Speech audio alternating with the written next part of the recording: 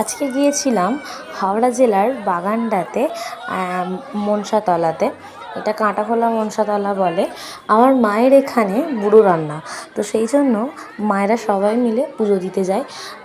সেই জন্য আমি আর আমার শাশুড়ি মা আর আমার মায়ের ওখানকার পাড়ার আর দুটো কাকিমা বড় মা মিলে আর মা মিলে গিয়েছিলাম এখানে পুজো দিতে।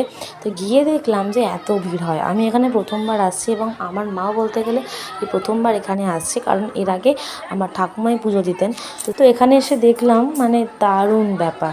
এখানে কত ভক্তবৃন্দ, অনেকে ফুল কাড়ায়, পুজো হয়, সবাই উপোস করে থাকে এবং তারপরে এখানে পুজো দিয়ে সবাই খাওয়া দাওয়া করে। তো আমরাও আমাদের প্রত্যেকের বাড়ি থেকে খাবার দাবার নিয়ে গিয়েছিলাম।